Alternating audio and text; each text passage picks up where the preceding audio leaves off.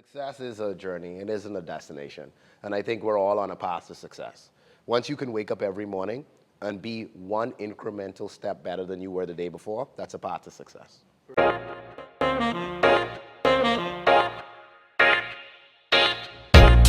Welcome to Mastering Finance, the podcast. My name is Nicholas Higgs. And my name is Jarrell Hall. And we have a great topic for you today. We'll be talking about what to know before starting a business. And we have the managing principal of Bron Limited, Palacious, here to discuss the topic. Thank you so much, Nick. Pleasure, Jarrell. We're excited to have you here today. You know, as someone who's been a mentor to me for a very long time, I've always asked you so many questions, and I'm excited for on the podcast to discuss those. And so the first thing, when did you know you wanted to be an entrepreneur? When was that spark created? Was it very young? Was it a family business, friend's business? When was your first look into entrepreneurship? Sure, thanks, Nick. The thing is, I know what I love about Bahamian culture is I think so much of us have entrepreneurial traits in us. Many of us, our Grammys might have worked at the straw market. Grandfathers would have sold fish or sold fruit, etc. Because we had to always hustle to make it, right? And so even when you looked at when we got into the tourism sector, there's so many different things that became a part of our everyday living. Whether you're a taxi driver and you just got to pick up tourists and hustle to make sure that happens. I think we have that in us. And so it was a natural part of who I was. My dad always had a variety of businesses. When I was growing up, he had vending machines. So he used to pay me to go around with him to collect the quarters and to stuff them in those little rolls. So it was tedious work. But I would have been probably about 5 or 6. So for me, obviously, it's fun, right? You know, you're playing with Legos, you're playing with coins. Yeah. So literally, like, it would be these massive bins of quarters, and you just dump them on the floor, right? And like literally thousands of quarters, right? And I'm manually stuffing it into these little. So it was fun. And like I said, he'd pay me and give me a couple of bucks, and it was always a part of who I was, because I think the understanding that you have to use your time not just productively in terms of schoolwork, but also productively in terms of learning business at the same time. So go ahead. So do you think entrepreneurs are made or born? I think it comes down to who you are. I think a part of it is your personality. I'm a type A personality, so in general, I'm competitive. In general, I also have a drive to sort of see things grow. And I think when you're in the right environment to nurture that, because even, for example, both of my parents are priests. So we grew up in the church house, and so the church school was right next door. In the summer, when people would be tired and they'd want something cold to drink, I started to make cup and baggie, etc. Right? So I'd go to the food store, buy them a little sugar, freeze it, etc. So I think being a problem solver is a part of what's critical when you see a need, demand, and just figuring out how to meet it based on what you know. Yeah, and just to go back, because I know you said you were stuffing coins, and now you mentioned about selling cups and baggies and that sort of stuff. So did you at that point know that you were being an entrepreneur? Do you think it was more so doing it out of fun, or doing it to sort of copy mom and dad because you enjoyed it? I think it was more just me doing it for fun. And then for me, obviously early on, you don't necessarily really know the value of money, right? Like if you had $5, when you're 5 years old, like you're rich, right? Like I have a 5-year-old and she's like, Daddy may have $1, right? And it's so cute because $1 is just a significant amount of money, especially because you normally have coins, and to get like a note is a big deal, right? It's special. So I think it was less so about the money and more so about the fun, right? And then also just the satisfaction. And I think entrepreneurship has to have that personal touch. So literally, you've been playing basketball, you're tired, you're thirsty, and now you could give somebody this refreshing cup when in the hot sun, and you get that smile, and so you get that feedback. And I think that's just always been a part of who I was. So when you fast forward to now, or well, years ago, how did you then know you wanted to become an entrepreneur? Was it something you worked towards, knew that you pulled from the past? How did you know as an adult you wanted to be an entrepreneur? That's a good question. And I would say this. My dad always reinforced in me the fact that your money has to work for you. So that was something that I grew up hearing. Like while you're sleeping, your money has to have a job. The same way you have a job that allows you to build up your finances, et cetera, and grow, your money, if it's not working while you're sleeping, your money is dying. So either it's growing or it's dying, one of those two. So that always instilled the fact that, listen, you have to obviously start off with a career that helps to establish a foundation, but from there, everything is ownership. And while I was having lunch, I have a number of mentors who've been very good to me, and it's the small things over a period of time. And I was having lunch with Ian Roll, who's the president of the Grand Bahama Port Authority. I was about 19 or so. And I asked him, what was the one thing that you would want me to take through life? He said, anything you spend your time doing, own a part of it. Anything. He says, if it's worth you spending your time on it, and obviously a meaningful amount of your life, you have to own it. He says, because that's the only way we create wealth. And the only reward for a full life is to be able to pass wealth on to the next generation. That word ownership is so important because when people think about ownership, they think about burden. They think about the inability to get something done, or the barrier is too high. So when you think about ownership, and I guess this will probably segue perfectly into talking more about Bron and diving down the topic. When you think about ownership, what are some of the key things that people should think about? So that's a good question, right? And I like to start, it's a journey. And persons often will come and they'll pitch business ideas, and they'll either want us to invest or want us to partner, et cetera. And my first question is, show me what you've done, right? Show me that you've been able to take, because the Bible says it, right? What you've been able to do with small things is the things that'll manifest itself forward. So show me how this idea has been able to make some level of money, right? Whether it's $100 a week, whether it's $200 a week, it doesn't matter how much. Show me that you can net some positive return on this vision. Then it opens up the conversation for what you can grow or what it can become. And what I've learned is, and remember, I'm 36, so by no way am I an expert at all. I learn in lessons every day, making mistakes every day, is that until you get in it, you really don't know what you're doing.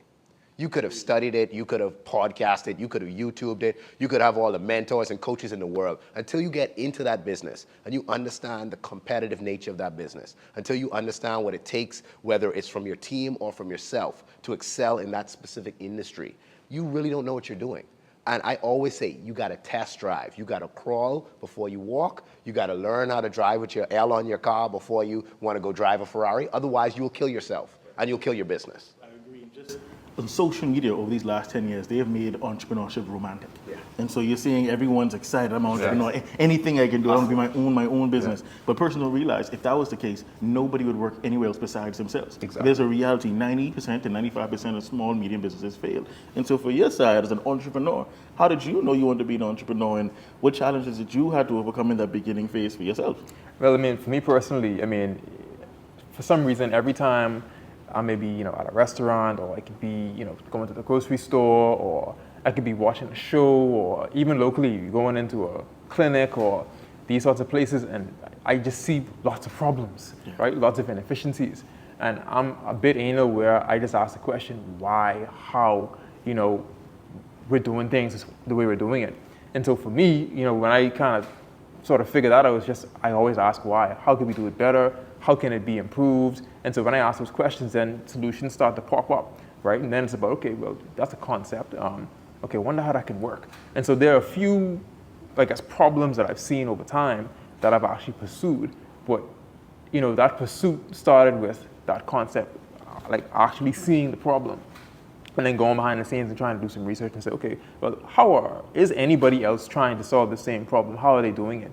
And if they aren't, then that's a further rabbit hole. But if they are, how can it be improved? So that's how I kind of pursue that whole area. So what you're discussing really is the conceptual stage. Yeah. And so there's really three stages we're looking at starting a business. The conceptual stage, the prepared stage where you're trying to figure out how to start this business, and then the implementing stage. Yeah. When you're conceptualizing an idea, how did you conceptualize Bron, and how did you conceptualize other businesses? What's your steps of saying this is even viable, not viable? Sure, great question, Nick. And to Jarrell's point, you start by seeing problems that you feel like you have a solution for, or that you're passionate about. I always say to persons, start with yourself as your own core customer. Whether you are looking to hire someone, what would get me to come and join this firm if I was to leave? Once again, if I wanted to sell this product, what would get me to buy this product and to stay loyal to this product? So because a big part of growing a business is some level of branding, some level of brand recognition, some level of brand loyalty, right? Because the easiest way to grow a business is through referrals and through ongoing business. So then how do you create that personal relationship with whoever your core customer is? So in envisioning that, we normally use several different tools. And just like building a house, you literally can build an entire house with just a hammer. It probably would take you years to do it if you don't have a saw and other tools, right? And it would be very inefficient. But once again, you can do it. So how do you use the tools that are at your disposal in the industry that you're looking to grow to start up this business? And I always recommend for persons who are just getting into entrepreneurship, start with a model that you see that works. Find a business somewhere else in the world that solves a problem very similar to what you're trying to do in the Bahamas or wherever you are, and model that. Try to meet with their owners, try to meet with their founders, and you'll be surprised how responsive people are.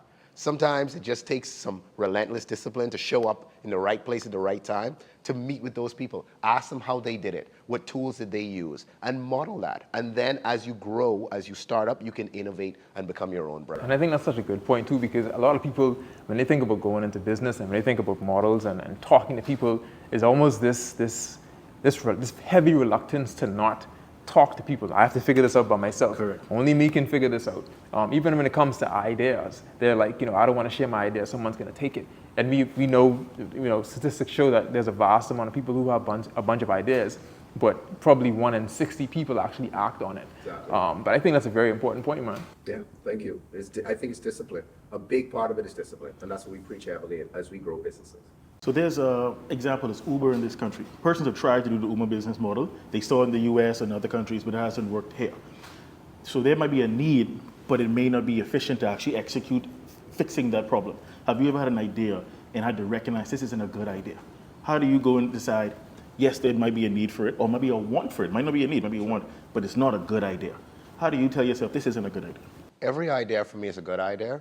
I think the difference is timing. Timing is it. So look at Craven, right? Kyle was pushing Craven for years. The pandemic comes, all of a sudden people can't move, boom. Craven is the hottest, biggest thing in town. And Kyle was on that for years. But what it meant was, when the opportunity came, he shot through the roof, right? Probably More prepared than anyone else. You see, so in my opinion, it's heavily timing. We were talking about our sanitation business, Purity. Purity would have been, in its infancy stages for years. All of a sudden, COVID comes, boom.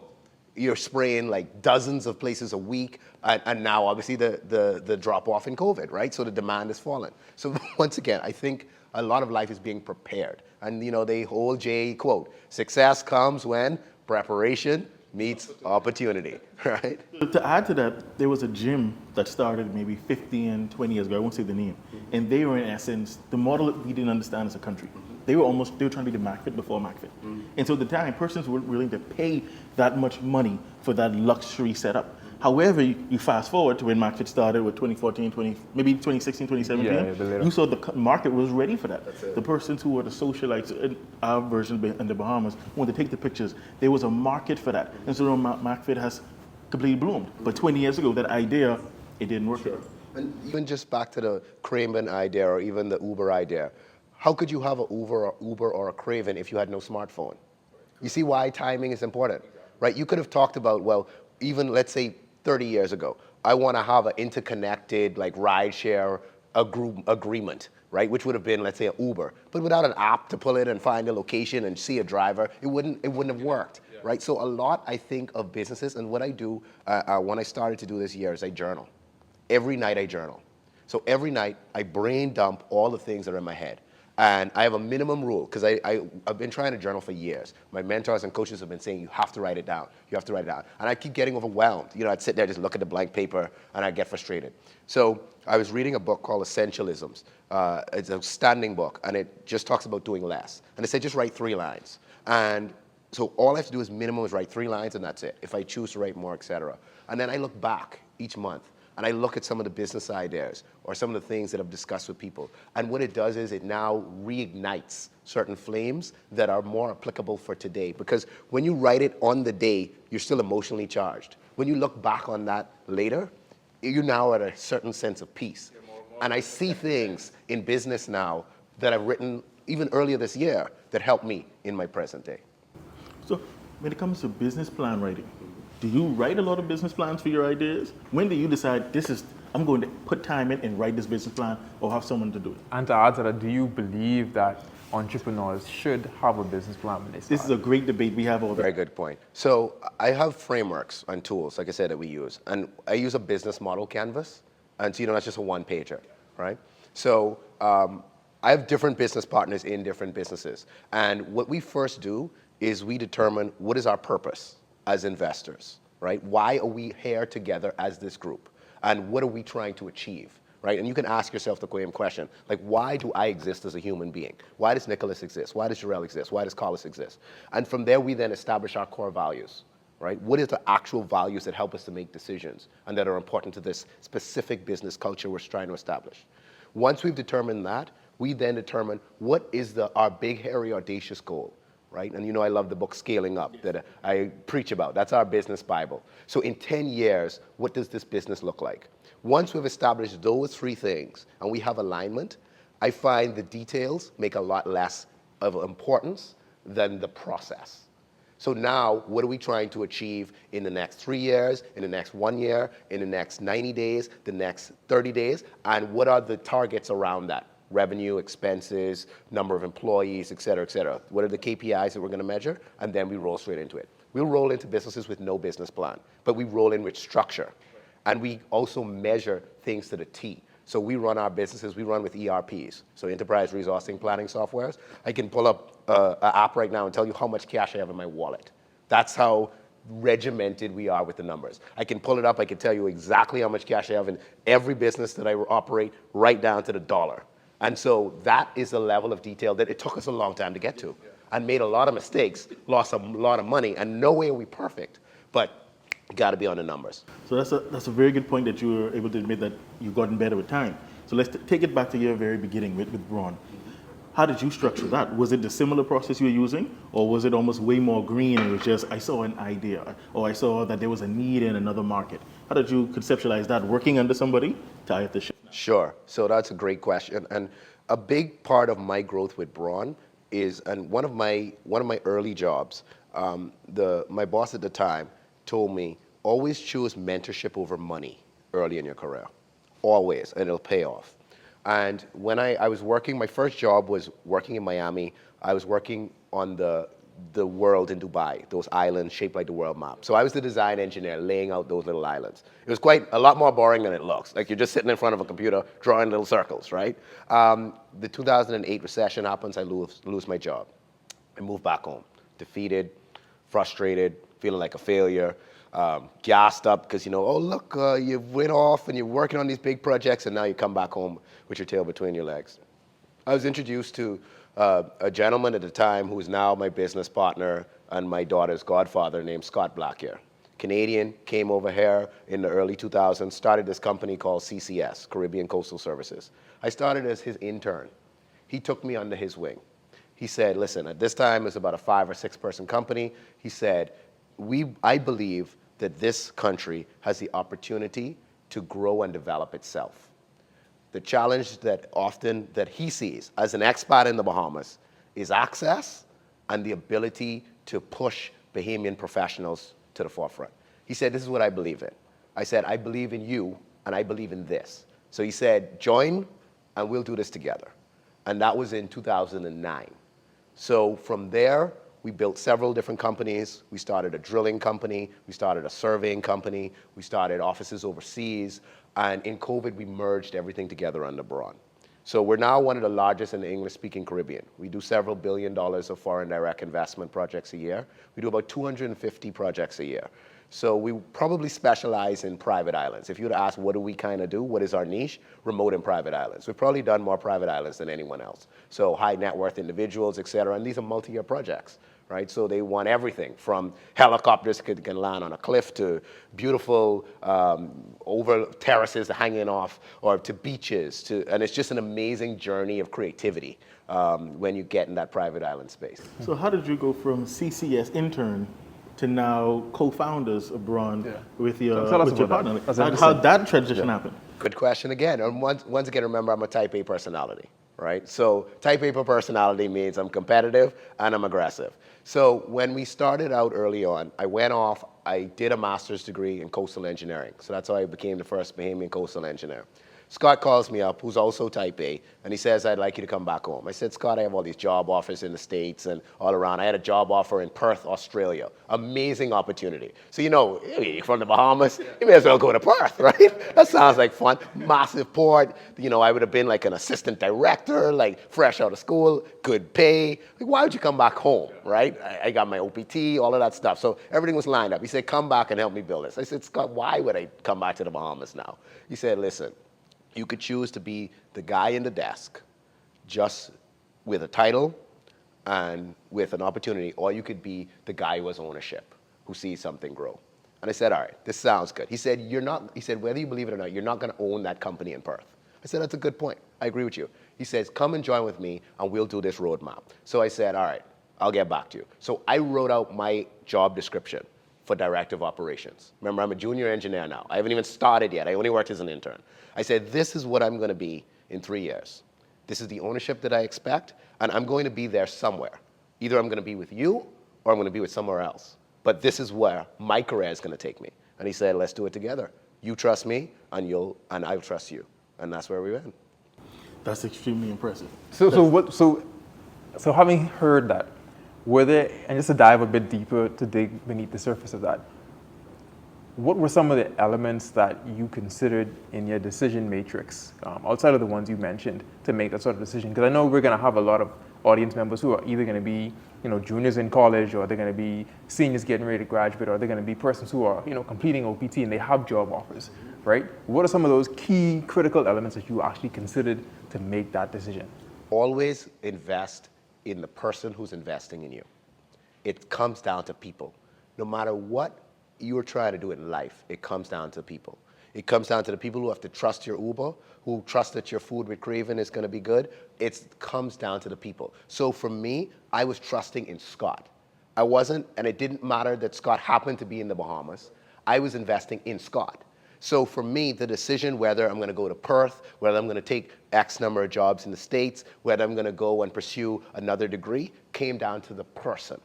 So Scott as an individual convinced me that he believed in me and that I had something that added value to what his journey was. I believed in his mission and his purpose, and I believed that because of the experiences I had, I could also see my future there with him in these businesses.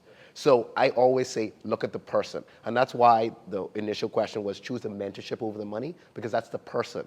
To take a high salary with low mentorship means they're going to be focused on you for production. To focus on the mentorship over the money means what you learn will compound your success.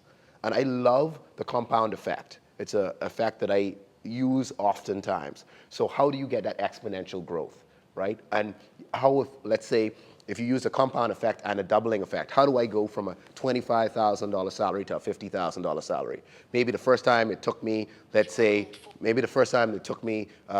5 or 6 years to double my salary. How do I now double my salary in half of that time, and then half of that time, all right? And how do you augment that through your creativity, through your hobbies, through your entrepreneurial pursuits? You mentioned a lot about mentorship. At what point do you bring your mentors into your idea? Is it from the very beginning of it, or is it when you wrote some down about it, or when you're almost ready to even execute it? When do you bring your mentors and want to start running through it? So this will come down to the structure side of it, right? And I was not this person organically. I just have to be very clear. For a long time, like another one of my mentors, Chris Sawyer from Sunrise Shredding, he told me several years back, Palacious, you run a family budget? I said, I don't run a family budget, man. Making money. What do I need to run a family budget for? Once I have X amount of money in my bank account and I can meet my needs, I good. Like why? He just laughed. He said, you're gonna need to run a family budget. Left it alone, didn't touch it. Years later, I appreciated the reason why you have to be disciplined in all aspects. And it's the same thing when it comes down to mentorship. So for me, the same way you have to have that discipline, let's say in the financial components, you also need to have that when it comes down to how do you focus on your health, on your fitness? How do you focus on, and I'll drop the 5 Fs, right, that I use. So the 5 Fs are finance, faith, friends, family, and fitness. Right? So fitness includes health and exercise and well-being, mental. Faith, whether you're religious or not, includes the concept of spirituality, of taking that quiet time to reset. Friends means that if you're going on this journey you should always have people who are with you, because to get there by yourself is a very lonely journey, right?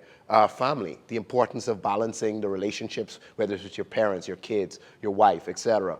And then, of course, finances, which is a critical part of everything that you are. I have mentors in every one of those. I have a minimum of 2 mentors in each one. And somebody who mentors me in one does not have to be able to mentor me in any of the other ones, because that specific value is something that I look for, that they are at least 20 steps ahead of me. So 20 steps means that they are somebody who has achieved what I consider in that specific F to be an area of exceptionalism. And they therefore are qualified to give me their perspective on my journey from their experience. So what do you say to the young man? I do a lot of mentorship for young men in the country.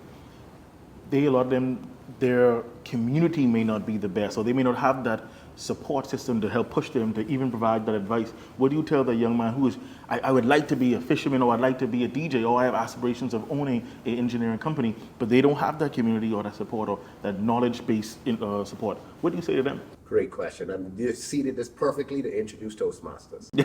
An organization where you and I met. Yes. And where we would have forged our mentorship relationship. So once again, the powerful thing about a small community is there's only 1 degree of separation from you and anybody.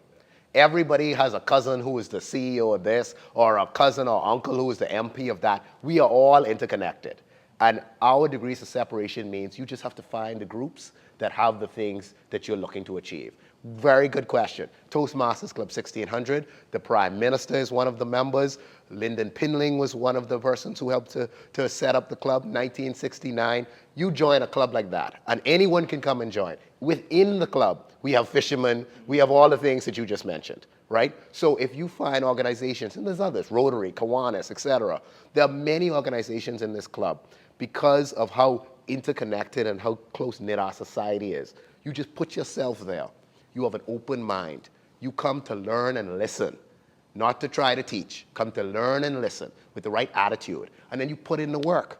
Just like when the young men come to join 1600. The amount of time you put into the program will be a direct correlation to how much success you have in life. So I joined 1600 because I talk very fast, and my parents said I argued a lot. And so they said, you need to get help with this because you're not going to go very far with this type of mentality.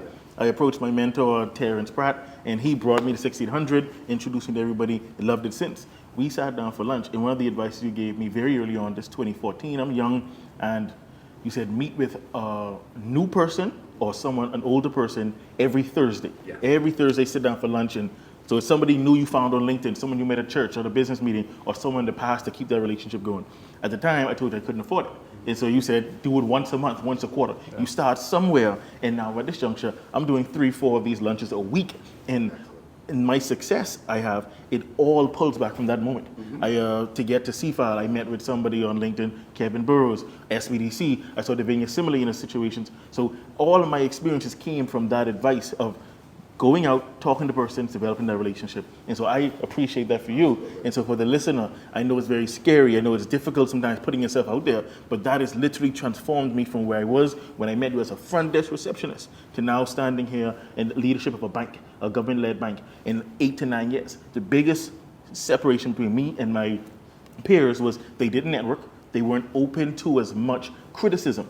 Most of my mentors aren't telling me how great I did today. Yeah. Most of my mentors are saying, this is what you need to change in either your personal life, your career, your entrepreneurship journey. So have you found that to be a similar experience for yourself? Yeah, I mean, even if I look at both sides. I'll look at first the corporate side. So, you know, my career from when I graduated with my undergraduate degree to finishing my MBA in China, you know, the way I got from, you know, getting that degree, my master's degree, and getting to where I am now as, you know, director of corporate finance at Atlantis, is just through networking, right? So there was someone that mentored me at Bahamar when I first started out, and that same person would have, you know, left and went abroad to the US and elsewhere, and I stayed in contact with them. And so when I came back home and we connected, and we spoke, and they asked questions, how are you doing? You know, what's the next challenge? You know, that's always a question that I get asked too. And so I just spoke about that. And then they, connected me with someone else, and we had a discussion. They said, hey, we're looking for this position, but it's US based, but you should probably take a look at it. And so I did, and then I got into that role, and then got promoted 2 years later. And then on the entrepreneurial side, it's the same thing. I mean, persons who I would have met with, you get access to funding, to business opportunities, to investors, board of advisors. So that network, it's applicable for persons that are graduating from college who are going into the corporate world, and it's applicable for persons who are going to be entrepreneurs. You connect with people, and the world pretty much becomes your oyster at that point. I mean, that's amazing. Yeah. That's amazing. So both of you have mastered the conceptual stage, looking at ideas, figuring out what's a great idea or not. When you're talking about preparing to execute this, that's opening bank accounts, business licenses, quitting your job and saying I'm going in full time. How do you decide if someone should quit their job and go into this full time? Should they start off part time or should they go full time? What's your thought process when it comes to something like that? Great question, Nick. So, I have a favorite quote, and you probably would have heard me several times say it. Build your dreams, or someone will hire you to help build theirs. Build your dreams, or someone will hire you to help build theirs. And that doesn't mean you wake up tomorrow and quit your job. It means that in the process of being on this job, how am I also building my dreams? I encourage our team to have a side hustle. The things that you enjoy doing. So let's say if you're good at making crack conch or conch fritters, if you're good at knitting, if you're good at doing makeup, have a little weekend job, have an evening job, have additional income coming in. Because everybody has something that they're good at that is outside of their 9 to 5. And once again, you'll probably hear me say a job title is what that company says that your value is. It's not who you are, and it's not your purpose. You are by nature creative. You are by nature a structured person, etc. And with those traits come the opportunity to do many different things. So I always encourage people, especially, remember you've now conceptualized, but how do you initiate it? Just begin. Begin small. No matter what you want to do, you can always start small. And we look at the pictures of all these founders in their garages. You see Zuckerberg sitting in his garage. You'll see Bill Gates sitting at a little computer tinkering, right?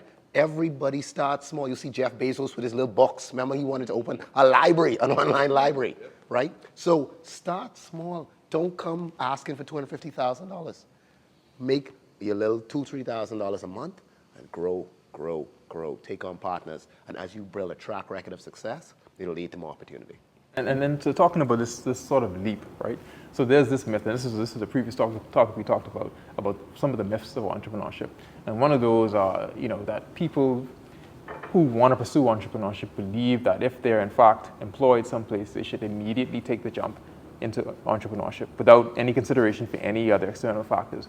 What is your view on that? And to walk us through you making that decision to take that leap. I know you partnered up. So I follow a replacement of income approach. So that means that I benchmark exactly how much I need for my family to live. And I have a wife, I have a 5-year-old, and I have a 3-year-old. So daddy can't just up and quit his job and say daddy's out here hustling on the side of the road because he wants to start making cup for a living, right? It just doesn't work, right? So you have a level of responsibility, right? Daddy has a house with a mortgage and other things, right? So out the gate, you have some benchmark. Now, if you're a single guy, and I mentor a lot of guys as well, right? Some of my mentees live off $500 a month. You heard what I said? A month in Nassau. So for those who say, see, what are you willing to do to have what you want? Those who say it's impossible, I have mentors who live off $500 a month in Nassau, right? So once again, what is your minimal? And it mightn't be $500 a month. That was an extreme case. But you benchmark that. From there, how can I now grow my other incomes to replace that income from my job? And then once I start to replace that income, at what point does being on that job take up more of my time than actually focusing on my business that could then grow that income benchmark? But I personally, so people take different approaches. Some people take the burn the bridges, burn the ships. So we can't burn the ships, that's it. You gotta sink or swim. I take the prove to me that you can replace your current income from your job and then continue to grow that business until the point where you now have the confidence and the tools to go ahead and build other businesses. And slowly, with each business, replace that income. And ideally, you end up with 7 streams of income where each one of those 7 streams could meet your minimum amount to live. Yeah, that's great. That's So great. that is, dealing with small businesses, you find there's always this balancing act. There's nobody who's ever had it perfect from the very beginning. Some persons hire too much staff at the beginning. Some persons hire too little staff at the beginning. And so yes, you have all this demand coming in, but you can't handle it. So some persons hire too quickly and now their expenses are too high. How do you balance?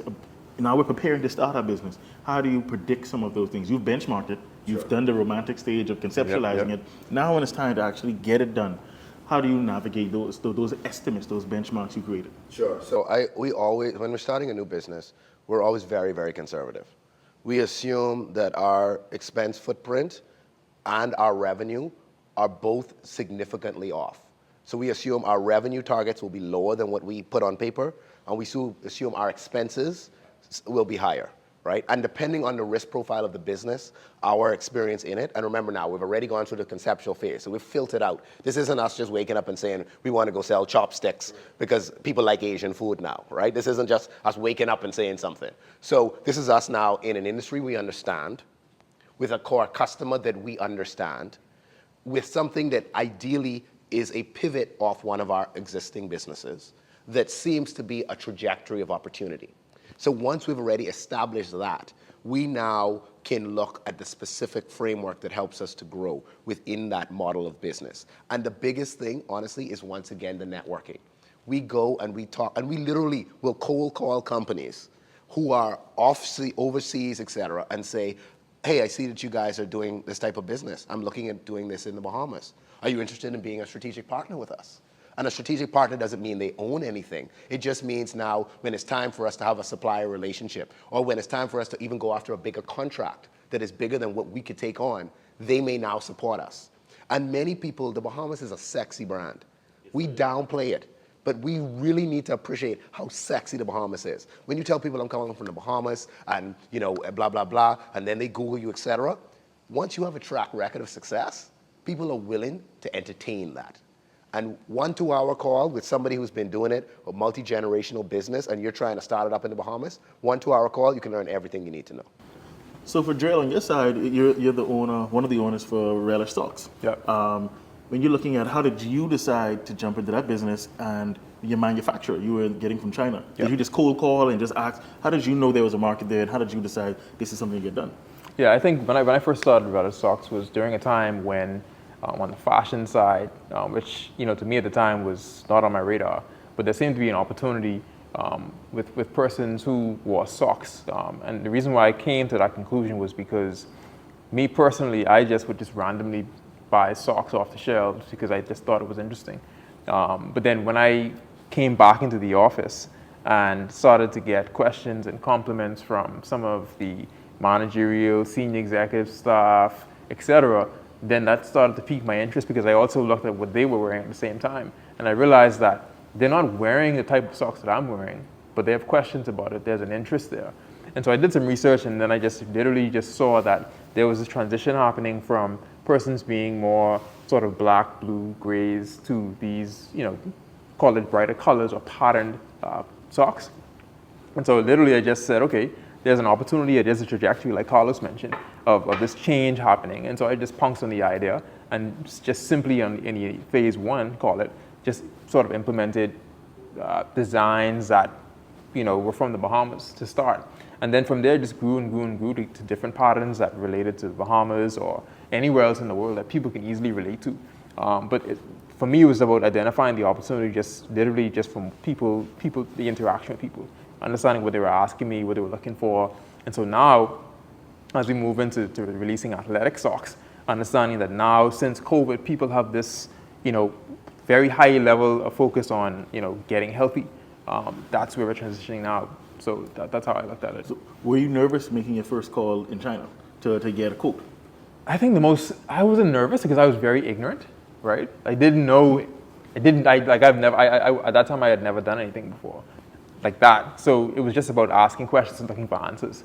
Some of the questions may have been, call it dumb questions, but I just asked anyway and just looked for the answers. And if, I got the answers, and then with the manufacturer, I stumbled on them through Facebook at the time. And they were making a post on a page for someone else, and so I just, contacted them. I think the page may have been Nike, and I just contacted them, and they connected. Type me. A. And they said, Type A. they just did it. So Yeah. I find some of the best entrepreneurs are persons who really, as you say, type A, persons who are courageous, they take that chance. Others, especially with, you have a lot of degrees and you've been structured into this employee mindset. Yeah. There are so many gray areas we're not confident enough to say, I will ask for this because it could go here, it could go here, it could go here. And so I found most entrepreneurs, successful entrepreneurs, they're just going in. I've done my research, I prepared myself as best as possible, I'm gonna walk with confidence. Absolutely. Have that ever in your life been a challenge? Or not even for yourself, but when you've mentored persons, have you seen that a challenge? How did you help them to get over that fear they had or that insecurity? Sure. And I think, watching a child learn to walk is always a good journey because, they crawl first. So first they learn to roll over, then they learn to crawl, and then they don't fully trust their legs when they're learning how to walk. And it's about building up that confidence. And I think we as entrepreneurs all go through that journey a bit, where we have to get our feet. We have to learn and believe that we can actually do this. And it comes with the right support system, et cetera. So like mentors who doubt themselves, it's about reinforcing that sense of worth, that sense of purpose, and why this issue is bigger than you.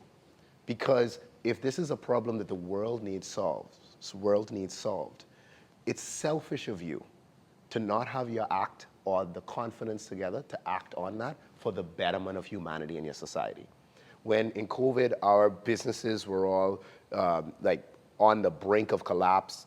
Remember, construction shut down, they closed the borders. All our clients said, we're freezing everything. We have 60-something staff, you can't make payroll.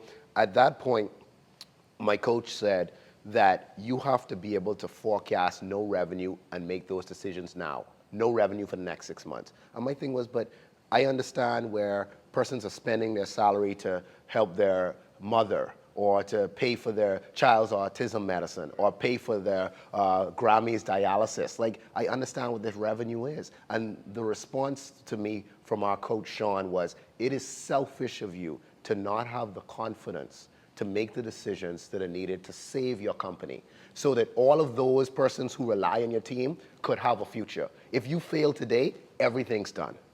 So you always have to pull the bigger purpose of why you're doing this. The fact that you're a part of a society that needs you to come up with socks that make people smile, that needs you to help to deliver food to people. These are the types of creativity that as a developing country and as persons who are only in a country that's 50 years old, we owe it to our future generations to figure these things out now so that we can be the best version of ourselves. Just to add to that, right when COVID hit the Bahamas, you and I sat down and you would tell me about the cruise projects you were working on and everything was going down. Mm-hmm. But the stock prices of cruise ships were going down as well. Yeah. And you saw an opportunity to purchase the cruise ship stocks very low. Yeah. So even though your top line revenue of your business may have been being hit by that, you saw an opportunity someplace else. Yeah. How do you stay calm at those levels to see through that mist and see the opportunity? Oh, brilliant question. And in general, and see, that's why it comes back to personality. I'm a very calm person when everything's falling apart, in general. So when things are most chaotic is when I see peace. And when everything's falling apart, there's always opportunity, even if it's just to help catch the falling pieces. So what were the things that you knew would survive? You knew at some point this pandemic's gonna go away. And so once again, what are the brands that you believe in? And what are the brands that you know are gonna come through? So I looked at the coffee brands for the coffee that we drink. I looked at the rental companies. I looked at the airlines. And I said, if you're gonna tank now, I believe you're gonna come out of this. Either you're gonna be bailed out by the government, or you're gonna find a way to scratch and claw your way out. And I bet on those. And from those, as you can imagine, coming out of the pandemic, they all recovered. So find the opportunity in it. So there's a good point on that. There's an entrepreneur somewhere right now at some stage of their business, and they're trying to figure out, is this issue I have temporary, or is this just the landscape moving forward? How do you decide this is temporary, or this is Nick, forever? Warren Buffett said it best. Be greedy when everyone else is fearful, and be fearful when everyone else is greedy. Be greedy when everyone else is fearful, and be fearful when everyone else is greedy. And you know Warren Buffett is one of the most conservative investors in history, probably the greatest, as well as being extremely conservative. And so if he could say that then it's obviously something that's worth following. Another one of my mentors said something very similar. He said, if you go into a party and no one's talking about it, but everyone's whispering about it, that's the time to invest. But they say the time everyone's in the party shouting about it, laughing at it, that's the time to pull back. Yeah. And so a lot Be of the persons, contrarian. a lot of Bahamians, when they see it, well, entrepreneurs, I think that's an entrepreneur thing. When you see something moving and it's hot, now they're jumping straight into it. But it's usually too late at that point in time to create the processes, especially the higher barrier of entry. How do you navigate deciding whether it's too late or I'm just at the beginning? So we like to be the first in things. And we like to be the first for several reasons. We always will make mistakes when we're starting a new business. But we want to have the runway, so by the time other people get into that business, we've already figured those mistakes out. That's a big thing for us. So if somebody's already doing it, we're less interested in going in that direction. And then the other thing is, we like to do things that we know are problems that will have the greatest impact. Because for us, like, our companies are employee owned. So our team members have shares in our companies. And from those shares, they also hopefully get to build whatever paradise looks like for them through dividends and through the growth of our businesses. So for us, it's bigger than just us. And it's the impact that we're also trying to have on the community. Because if it's not having a big impact, then it quite frankly is a waste of our time. And for us as well, one of the things we had to learn the hard way from making big mistakes is good companies are more likely to die from indigestion than starvation. Good companies are more likely to die from indigestion than starvation. That means people, oh man, you could take this big order of socks. You know, Jarrell, could you order these $1 million socks? You say, yeah, man, I can have it. Oh, you sign the contract, you call the supplier says, actually, I can't have it for another 6 months. Then you lose your reputation, etc.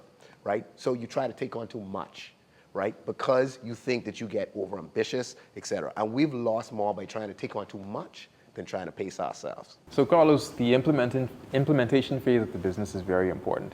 And you spoke earlier about some of the execution strategies, some of the other strategies that you guys take on. So, you know, after you guys would have gotten the business started and did all of the frameworks you needed to get done, walk us through the feeling you had when you guys got your first client. Sure. It's fun. And, you know, you have to have fun in what you do because you've put so much time and effort into into just setting up and to just getting going, that when the money starts to flow, let's say, with that first client, it's a big deal. But that's the time where you have to be cautious, because now is the time to be intentional about customer satisfaction and making sure that you have actually put yourself in your customer's shoes so that they understand the right experience, right? And it depends on what type of business you have. I always recommend for persons, especially starting out, learn every aspect of your business out the gate. Understand what the accountant is doing, understand what the janitor is doing, understand what the technicians are doing, etc. And why that's important is that's how you learn how you can optimize and improve. Because if there's persons within your company and you don't really understand what they're doing, then how can you help them improve, right? And the right people on the right bus going in the wrong place still won't make success. You've got to have the right people on the right seats going in the right direction. And that's important. So keep that strategic direction in mind. Don't get excited too much by the sales of today, because you've got to keep the runway or the road clear for tomorrow. So when someone's taken all their life savings and started this business and they're now open, you find pricing is a major issue. Have you ever seen where you've taken less money to make sure you get a deal done? My advice usually is don't take that cut, because once you start moving there, you're at a loss, and now you're building up losses. How do you decide, maybe I should take a little less to get this clientele going, get my reputation in the market? How do you decide that? Sure. So for us, remember I said we're conservative with certain things. We assume we'll make no money for the first 5 years. That's an assumption. It's a big assumption. It's a big assumption. Now, there's a difference between making paper money and making cash money, right? So there's a difference. You may be making profits on paper, but to take or withdraw those dividends out of your business early on, within the first 5 years, we find from our experience isn't the best move. And oftentimes, because you need to build up that momentum, it's like starting up a locomotive train, right? You need to re-inject that capital from your profits into the business to get it to a sustainable, let's say a cruising speed or cruising altitude, right? And so for us, we assume you'll be able to get no money for the first 5 years. So understanding that, what can you live with today? If you just taken all your life savings to start this and you're going to have no money for the next 5 years, you're probably going to be broke, right? So that conservative approach allows us to find the success that the business needs rather than us trying to force the success that we need. And there's a difference. The business has certain needs. You as the owner of the business have certain needs. If you try to force your business to be what you need it to be, so you're taking money out because you have to pay your bills, pay your kids' school fees, you're going to deplete your business and starve it from its success. And that's why I tell people, and I take the cautious approach. Don't just jump off your job. Start making some money on your entrepreneurial. Start it on the weekends, start it on the evenings, etc. Start to make a couple dollars. Get that benchmark established. You now have at least some capacity and some runway to jump off. When entrepreneurs decide moving through this market right now as an entrepreneur, is it shaky waters they're dealing with right now, or they need to shift? How do you decide in your business ventures, maybe this is just a rough patch for us, or I need to shift my pricing, I need to shift my product, I need to switch completely? How do you decide this is temporary or this is permanent? Sure. And I think it comes down to your goal setting, right? You set your targets. So you should be able to know how to set your company budget for the year. And a budget isn't just a financial budget. You also have certain performance-related aspects. So let's say you own a bakery. You know that I want to sell 1,000 patties a month. If you're only, so and 1,000 patties correspond to X amount of dollars in money. If you're only selling 500 patties a month, you're roughly half your target. This mightn't be rocky waters because you walk around people eating patties, right? It's not that there's a patty shortage or people have boycotted patties. Then you'd say it's rocky waters. But if you walk around people eating patties, but they're not eating your patties, something's wrong, right? So I think it's just a sense of awareness in the market, right? So do you need to be more effectively marketing? Are you networking with the right people? Maybe you shouldn't be trying to just target walk-ins. Maybe you need to go to a school and cut a deal with the school. So now that automatically out the gate, you know every morning you deliver 200 patties to X school. Out of the gate, you're already 200 patties sold. You see, so maybe it's your strategy. And you'll hear me keep going back to strategy that needs to change. Now, if there's a boycott on patties because everybody only wants to eat, salads, then you know it's probably rocky waters and you should shift. But look at the market. Just look at the market and be honest and ask people who will give you an honest feedback as well. Because when you're in the picture, it's hard to see the frame. When you're in the picture. So you're naturally biased about your own business. It's your baby. It's just like, my child is the best. Your child rotten and got bad ways, but your child is the best. That's the sweetest child in the world, But so that's reality. You also need to talk to people who give you honest feedback. Listen, honestly, I don't see a future in the party business right now. It's not looking good. Exactly. To end, I think that brings us to a very good final point. The honesty and humility that entrepreneurship brings. That's fair. Speak to our listener to end it off. What do you want to take away from themselves emotionally when navigating the beginning phase, the middle stage, and executing the business? How do they handle that? What's your advice on that? Seek those people who will tell you what you don't want to hear, but need to hear. The people who will tell you what you don't want to hear, but what you need to hear. It's hard talking to your employees who are telling you why your company isn't performing as well as it could. It's hard to hear that, but you have to hear that. It's hard hearing from your customers who you didn't execute as well as you should have on their project of all of the ways that they feel like you failed them. Those are tough conversations. Be ready to have the crucial conversations, and that's another book that I recommend to anyone. Have the hard conversations. If you know you're overweight, have conversations with the trainers who will push you, who tell you how being overweight is going to kill you. Not the people who are going to say, oh, don't worry about it, X, Y, Z. Focus on the persons who are willing to be honest with you. Because that honesty and then your reaction to it, your ability to be humble, and it doesn't mean it's easy to receive, but your ability to grow through that, push through that, and correct as a result of it is, in my opinion, one of the greatest things that could lead to success. Perfect. And so we'd like to thank you for coming to Mastering Finance podcast. Definitely. We appreciate this is a marvelous episode. I know our listeners are taking home a lot on what to know before starting a business. So we appreciate you for coming and thank you so much. My pleasure, Nick. Thank you very much. And congratulations to the two of you. This is an outstanding effort and an initiative, and I was honored to be here. Thank you all so much. Thanks for coming. Appreciate it. Good stuff.